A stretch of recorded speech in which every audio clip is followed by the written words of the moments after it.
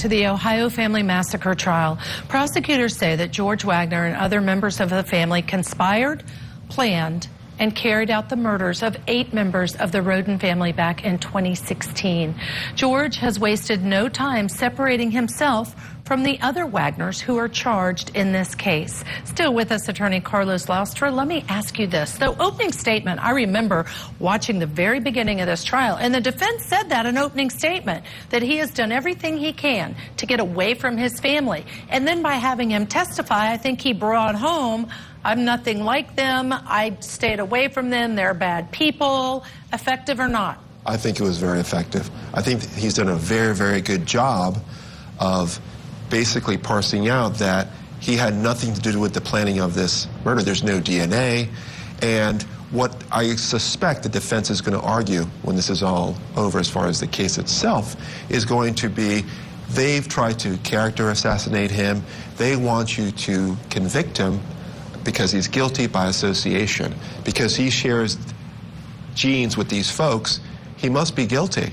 And look at all these guns. It's been a lot of essentially squirrel. Look at that. Look at this. And nothing specific putting this man. What I want to see is evidence. And look at what we got earlier in the case as far as the surveillance, okay, on the phone, the recordings that they made. Yes. You never heard him say, let's go get those people. I'm in. Let's kill them.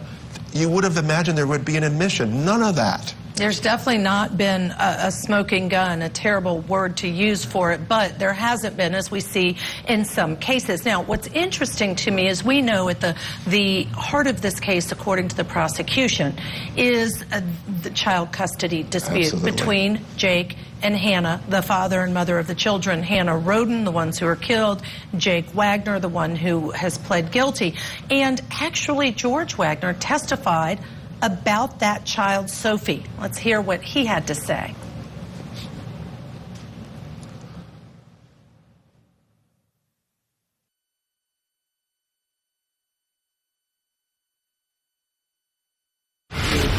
Ever suspect during this arrangement that Sophie was being abused in any way? No.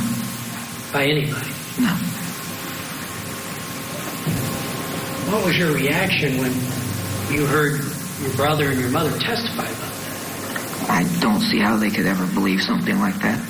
Why is that? Because Hannah, Frankie, and Chris Sr. and their family would never do anything to a child. Do you know why your family did this? I can't even begin to imagine why. I've tried for the past year and a half to figure it out. Did you know your family was going to kill these people? No. Before it happened, did you know? No.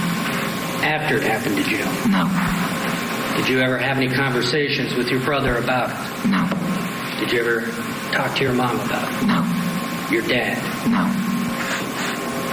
If you had known this was going to happen, what would you have done? I don't know exactly how, but I would have stopped it one way or another. I don't know exactly how, but I would have stopped it. You do have to question when you have a family, 2 of which the father's facing trial still, the other 2 have pled, and they've killed 6 people of a family and 22 charges this defendant is facing. I don't know how he would have stopped it, could have stopped it, even if he didn't know about it.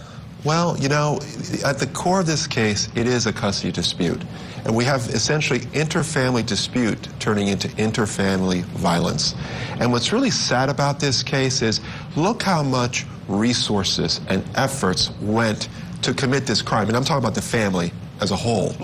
And what could they have done if they had exerted those efforts and those resources to pursue a proper custody case in our civil justice system so they wouldn't end up in our criminal justice system. Yeah, you're absolutely right. And, you know, heartbreaking to me was George Wagner's testimony on direct that, you know, this is how he grew up. And his father, he was homeschooled, but his father was teaching him how to break into cars and how to steal things. And this is kind of the life that he knew. Let's listen, because in that, clearly he was saying he doesn't even believe that the child Sophie was abused. But I also want to hear what George Wagner had to say about his own mother, who we know has also entered a plea. Remember, or thinking back on these recordings that we listened to, do you remember saying on the recordings anything about your mother and whether she should get an attorney or not? Do you remember any of that? Yes. What do you remember? The conversation that I believe you're talking about is that if all of us were arrested, that my mother should get the best one. And did you say that? Yes. Why did you say that? Because my mom's the one that watched the kids 5 days a week while we were gone anyway. They were used to being with her for 5 days a week, and I figured it would be easier on the children. And were you thinking that, oh my God, I'm guilty? Your Honor, objection. What were you thinking when you said that?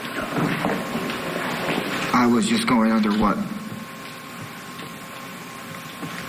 basically I understood from the attorneys, that if we got arrested, that it could take 6 months, it could take 2 years to get to a trial and be able to work things out.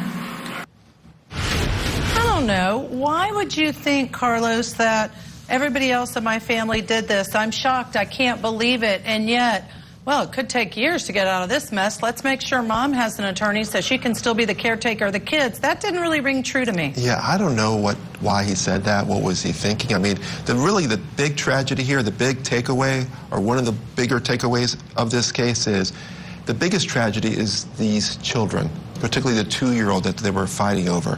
Think about this. For her, one parent is in the grave, and the other parent is going to be sentenced to life in prison, possibly the death penalty if things don't go the way that the state would like to go. In this case, for George Wagner, her life is irrevocably changed. Yeah, and she's got 5 other members of the maternal family who are now dead, murdered, and then she's got her grandparents on the paternal side of the family in jail. One is in jail, the other might be in jail. So it's generations have been affected, really, by these actions. Okay, small community, and I know that you practice in 3 different states, so you have good insight into this.